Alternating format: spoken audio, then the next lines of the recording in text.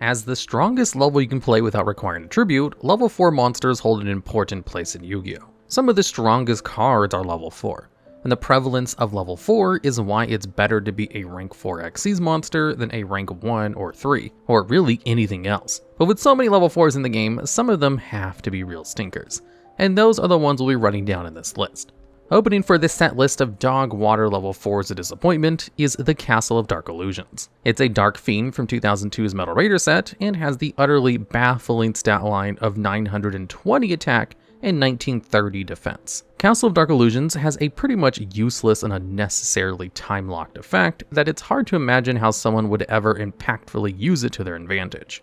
When this card is flipped face up, all zombie monsters gain 200 attack and defense. During your next 4 standby phases, if the duel should go on that long, this boost is repeated, and all of those 200 point increases are stripped away if Castle of Dark Illusions should stop being face up on the field for whatever reason. It's worth noting here that Castle of Dark Illusions is not a zombie type monster itself, therefore will not enjoy its own stat boost. Luckily, Pumpkin the King of Ghost is a zombie type, and has the effect to gain 100 attack and defense when specifically the Castle of Dark Illusions is on the field, and then gains 100 more boost during the next 4 standby phases, so long as both are on the field. With a minor investment of 3 cards and at least 9 back and forth turns, the Castle of Pumpkin Illusion Wombo combo can score you 1 monster with no protection and 3,300 attack points. Wow, that's all pretty useless. But wait, isn't Castle of Dark Illusion stat line decently high for level 4? You could set worse cards and pass. And yes, while that's true, Castle of Dark Illusions really sucks for another reason. Who wants to do on-the-fly math involving the number 1930? Let's say your opponent attacks into your set castle with Slate Warrior. Your monster survives, but congratulations, the rest of the match is going to be a huge headache because of the sum 30 damage your opponent just took. There's a reason why Konami all but stopped printing monsters with irregular stat lines, and only sparingly dabbles with monster stat lines that end in 50. It is worth noting one major exception in number S39 Utopia Prime, a rank 4 Xyz monster with 2510 attack. And in effect, it lets you pay life points until you have 10 remaining to destroy every special summon monster your opponent controls, inflicting 300 damage for each. In the Duel Monsters anime, this card was used by Pegasus' Eliminator Panic. Paid by the Duel Monsters creator to eliminate weaker duelists from Duelist Kingdom tournament, Panic did so with a concerning degree of dedication and literalness. When he gets scared during his duel against the Spirit of the Millennium Puzzle, who is not frightened by shenanigans, he attempts to roast Yugimoto alive with flamethrowers that are part of the Duelist Kingdom stages for some reason. This doesn't work, and Yami crushes his mind. Duelist Kingdom has special rules that are difficult to understand, since at this stage, the actual rules of the TCG weren't really super well defined yet. One of the special Duelist Kingdom rules was that monsters would receive a 30% power bonus for battling on their favorite field. Panic would only duel at night to give his field extra points for lurking in the dark. In the manga, Castle of Dark Illusions had 1200 attack and 2500 defense, which is very close to what you get if you assign a 30% boost to Castle of Dark Illusions, which is 1196 attack and 2509 defense. But understanding why doesn't make Castle of Dark Illusions any better. Even with calculators and modern technology to do the heavy math lifting for us, most cards have stat lines ending in 100 because that makes it easier for people to run mental calculations to decide how they're going to play. Castle of Dark Illusions might not help your opponent win as much as the other cards on this list, which is why it gets number 10, but it will give both players a headache, and that's worse in its own way. And at number 9, we have Harpie Lady 2. Like the original Harpie Lady that's a retrain of, Harpie Lady 2 has 1300 attack and 1400 defense. It released alongside Harpie Lady 1 and Harpie Lady 3 in 2004 set Rise of Destiny. And it's kind of an odd card. Like many Harpie Lady main deck monsters, its name becomes Harpie Lady. But while Harpie Channeler, Harpie Queen, and others only do this name change on the field and the graveyard, Harpie Lady 2 is always treated as Harpie Lady.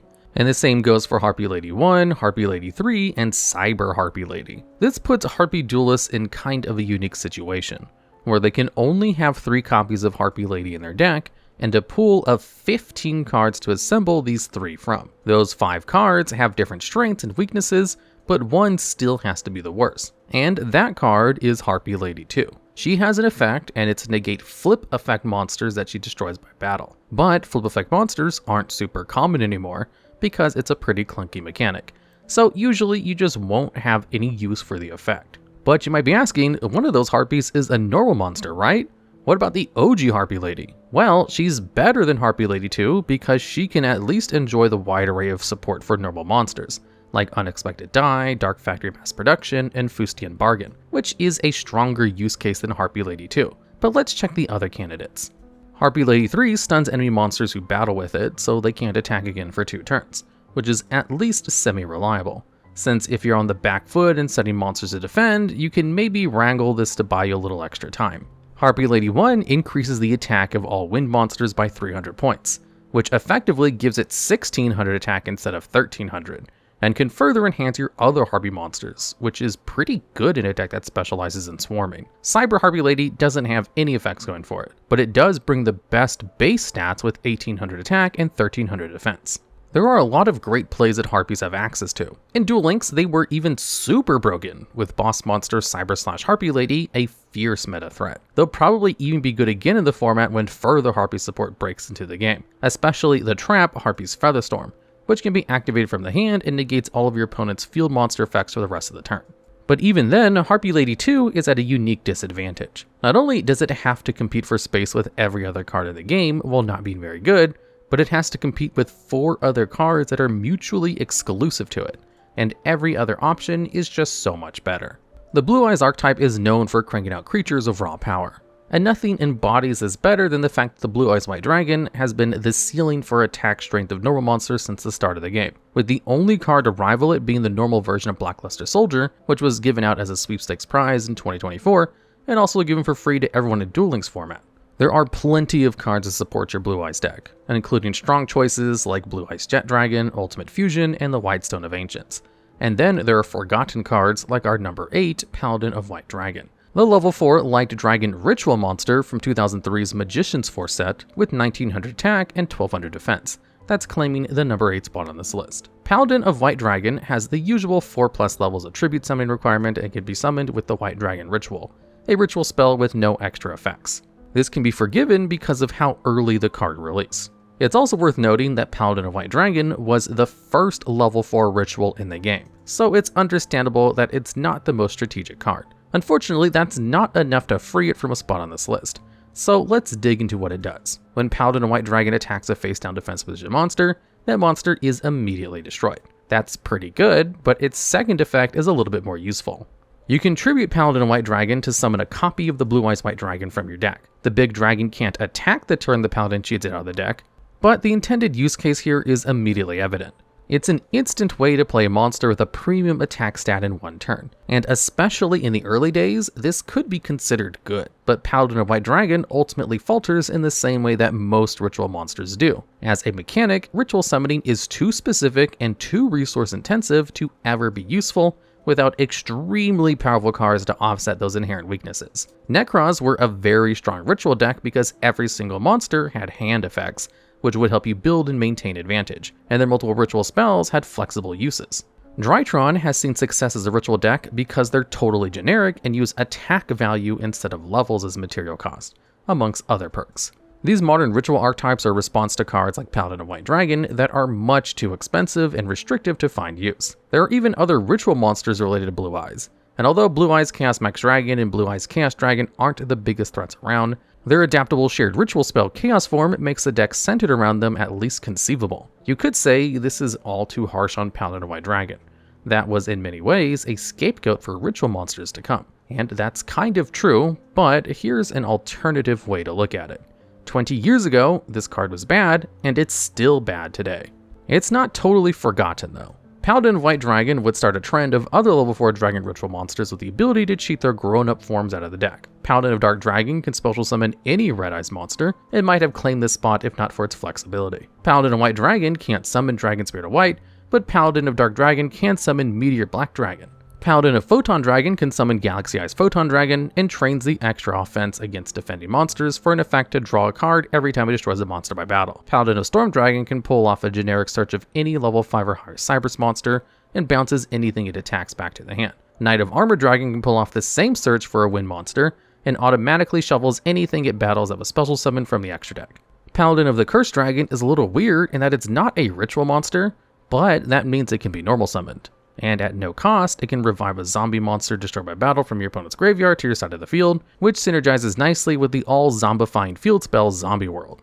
Point is, even though Paladin White Dragon was quite bad, it did inspire a line of pretty cool cards. Maybe someday we'll get a main deck monster for the Paladin himself that can tie all these baby dragons into their own funny and functional sub-archetype. Zombies are famous for sticking around. Even when you think they're dead, they'll rise again. But Reborn Zombie is so bad that number 7 on this list is probably the highest it'll ever rise. Entering the TCG as part of the 2005 set Elemental Energy, it's hard to figure out what to say with the rest of the sentence because there's just so little to say for this card. Something something, it's a dark zombie monster with 1000 attack and 1600 defense. Let's talk about why it's bad. Reborn Zombie has one effect, and it's that it can't be destroyed by battle. But if that were all, Reborn Zombie definitely wouldn't be on this list, and would probably have seen a considerable amount of competitive experimentation. Unfortunately, the world we live in is not the one where Reborn Zombie is good, and this monster is only battle immune while it's in attack position, and you have no cards in your hand. Generally, it's a good thing to have cards in your hand, and maybe Reborn Zombie is supposed to be a kind of insurance that even if you wind up in the shaky position of holding nothing, it'll at least have some staying power on the field, but that's not enough.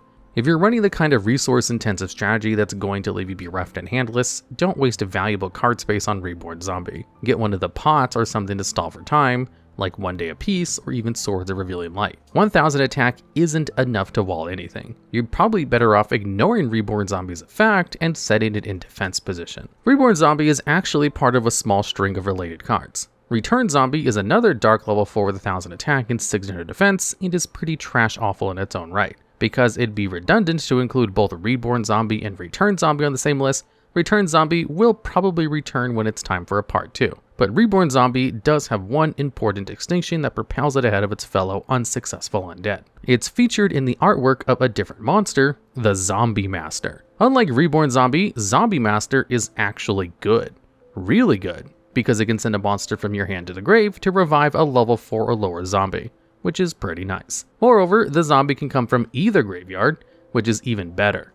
It's kind of like Paladin of the Cursed Dragon, but instead of having a must have been destroyed by battle restriction, it's just a level 4 or lower, which contrary to what this list might have you thinking, is still a category that includes some really good monsters. Charging in to take number 6 spot is Boar Soldier. This level 4 Earth Beast Warrior might have 2000 attack, but that's not enough to make up for how bad it's been right from the start when it released in 2002's Spell Ruler set.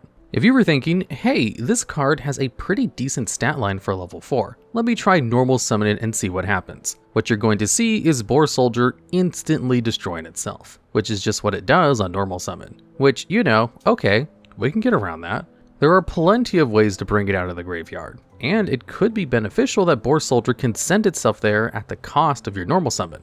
But no, where things get worse is Boar Soldier's other effect, which is that it loses 1000 attack while your opponent controls a monster. So you'll only get to enjoy the premium level 4 attack of 2000 if your opponent's field is completely empty of monsters, which is going to be harder to accomplish since you're already devoting precious resources to getting Boar Soldier into position. And while Boar Soldier isn't the only high attacking level 4 difficulty making it onto the field, at least Nuvia the Wicked has the decency to be a dark fiend after self-destructing, and therefore also being of some use in the graveyard.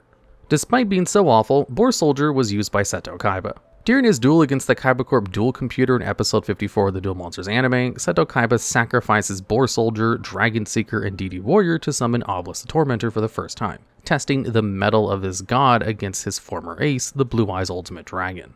Offering up some roast Boar Soldier to the gods would prove to be a theme, as again in episode 84, we'd see Boar Soldier sacrificed to summon the Winged Dragon of Ra during one of Merrick Ishtar's flashbacks. Of course, this Ra was a counterfeit copy, which got a little explosive since the Egyptian gods are sour on that kind of thing. But it's interesting that Boar Soldier was used as god fodder twice. And at number 5, we have Guardian Baou, a level 4 Dark Fiend from the 2003 set Dark Crisis. Baou's pretty bad, and we don't have to worry about talking trash about him because he only has 800 attack and 400 defense. Like many other Guardian cards, a few of whom are also candidates for this list, Baou cannot be summoned unless you also control his equipped spell, Wicked Breaking Flameberg Baou. It's important to note that this restriction includes special summoning as well, giving Boar Soldier a decisive edge here in terms of flexibility, which is a deeply disturbing thing to say. Without his Flameberg, your only option for getting Baou on the field is to set and flip, which will either be expensive and require extra cards, or risky, since you're going to have to hope your opponent doesn't attack because with 400 defense, guarding Baou is not going to survive anything. If you can get Baou up and running, his effect is actually fairly decent. He gains 1000 attack whenever he destroys a monster, and he negates the effects of monsters that he destroys. But having a bunch of perks that happen when you win a battle is pretty laughable when you have 800 attack to start, or at least it is when you're level 4. Baou is a level 2 or 3 card that found some extra stars. But in Duel Links, Baou continue to be the worst. Available from the launch in the Ultimate Rising main box, the reduced card pool didn't help Baou, because whether you're a small fish in a big or small pond, you're still a small fish. And Baou might as well be weak fish. What did see some experimentation in the early days of Duel Links was the equip spell Wicked Breaking Flameberg Baou. This card could partially instill any monster with the positive effects of Baou, granting a 500 point attack boost, and more importantly, the negate on destroy effect for monsters. This was notable because in early Duel Links, with less options for removal, cards like Hane and Gale Lizard had their niche. But there's actually more to say about Baou and his cursed sword than their less than stellar competitive histories implies. One of the potential paths of destiny for Warrior Digreffer involves a fatal run-in with Guardian Baou. Although he, honestly, predictably succeeds in besting Baou, like many Duel Links players from so long ago, Dai was interested in the Vanquished Fiend's Blade. Taking up the Wicked Breaking Flameberg Baou would prove as much a mistake for Dai as it was for its original owner, which actually was not the creature we refer to as Baou. Turns out Baou is the dark spirit within the sword, and the extra attack and negation the equipped spell gives you is just the start of your transformation into its avatar. Meet the Dark Lucius line. As the sickness of the sword advances, we can see more of its dark power corrupt Dai's physical form, with the former warrior, now fiend, becoming less recognizable and more formidable with each evolution. Notably, the effects on the Dark Lucius monster revolve around negating other monster effects, which can all be seen as ill tidings of the Wicked Breaking Flameberg spreading to a creature that would taste its ire. Exodia Necross might not be able to instantly claim games like the living version of the Forbidden One, but it can claim the number 4 spot on this list. This level 4 Dark Spellcaster with 1800 attack and 0 defense was the cover card for the same Dark Crisis set that introduced Guardian Baou, so it's fitting that they hang out next to each other on this list. Like with Baou, you won't be normal summoning Exodia Necross. Except worse than Baou, you can't set Necross either. This card can only be special summoned from your hand by playing the normal spell Contract with Exodia. In this way, Exodia Necross is like a ritual monster, but worse, because it and its spell can't be searched by ritual support like Manju the 10,000 Hands or Preparation of Rites. Basically, a ritual monster, but worse, is not something you want to be. But unlike ritual monsters, Exodia Necross doesn't require tributes.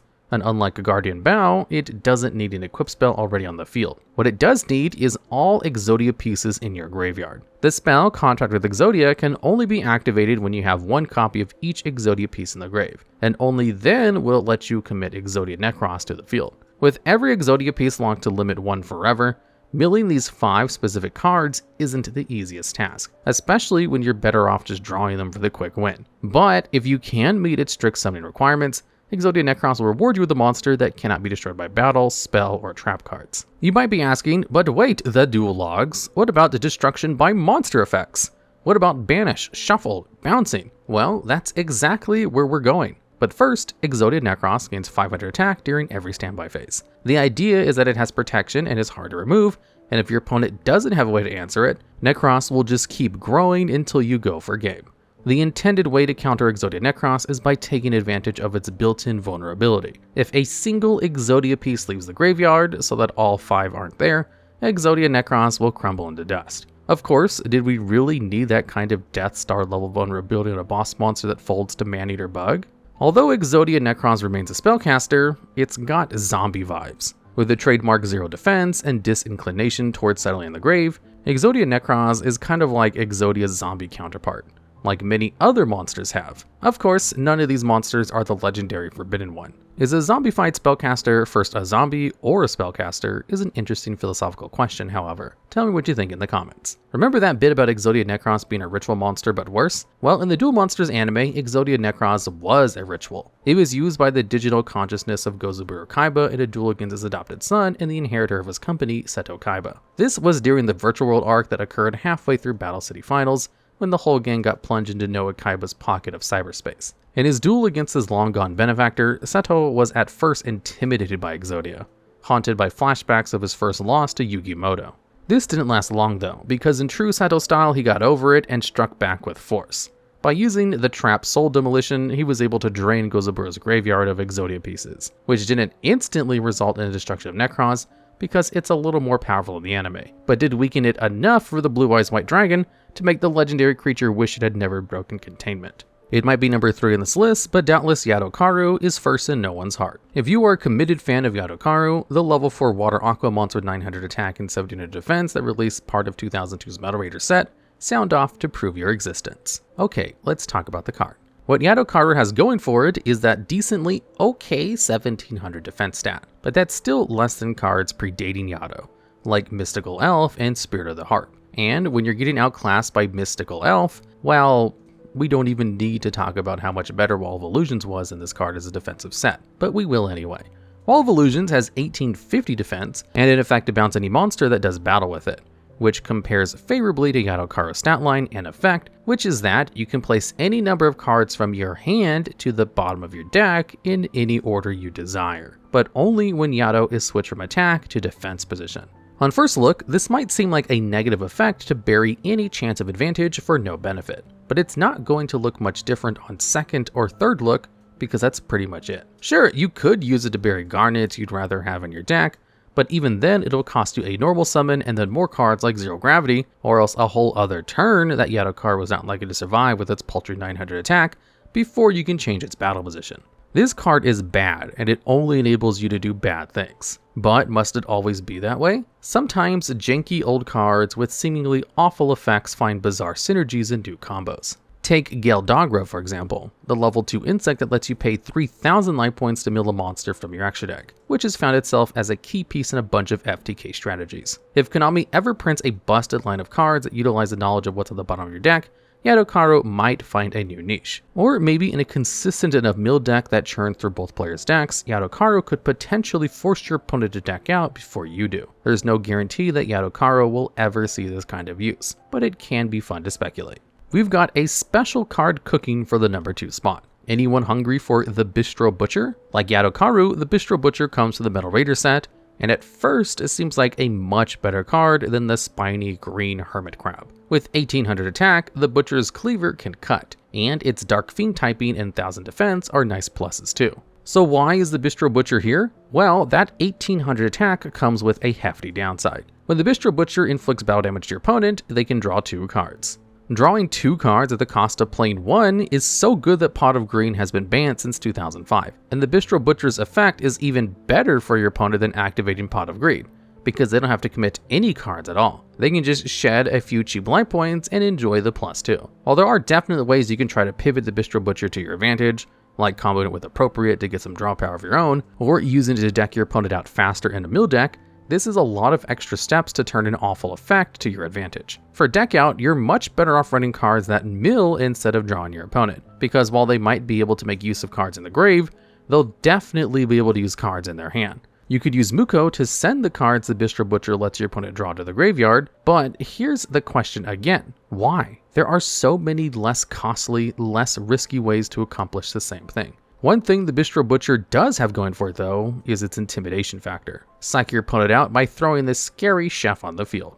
Let them feel the Butcher's fear, and make sure to enjoy it for several seconds that you'll have before you probably start losing. Reaching up to bite this list on the neck and slurp it greedily is the alluring and unfortunately awful Vampire Lady. A level 4 Dark Zombie, Vampire Lady has the unique stat line of 1550 attack and 1550 defense, and swept into the game as part of the Ancient Sanctuary set in 2004. It's a shame that such an iconic Yu-Gi-Oh card has such an F- tier effect, but Vampire Lady absolutely does, and no amount of vampire support is going to change that. But what's so bad about her? Well, like the Bistro Butcher, her effect revolves around whenever she inflicts battle damage. But the Butcher gave your opponent a free pot of greed. How could Vampire Lady be worse than that? Like this. On inflicting battle damage with Vampire Lady, you must declare a card type. Monster, trap, or spell. Then your opponent must choose a card of that type from their deck to send to the graveyard. The idea is that since she's a vampire and they're undead parasites, that you're slowly siphoning the victim of blood and vitality. This pattern can be translated to Yu-Gi-Oh! By forcing your opponent to drop resources from their deck into the graveyard. The comparison goes further because in many lines of Vampire Galore, the creatures are seductive and able to compel people into desiring to feed them. With Vampire Lady, the opponent is molded to aid their own draining by choosing the card to be lost. Except that's not really how this is all going to play out. Ultimately, cards are usually easier to access in the grave than from the deck, and a bunch of cards want to live in the graveyard, which gives Vampire Lady the opposite of her intended effect. She's providing strength instead of sapping it away. Even if you're lucky enough that your opponent has exactly no graveyard synergy, you're giving them the option to thin their deck by specifically getting rid of a card that they don't want to draw anymore. No matter how you shake it, this effect is bad news for you.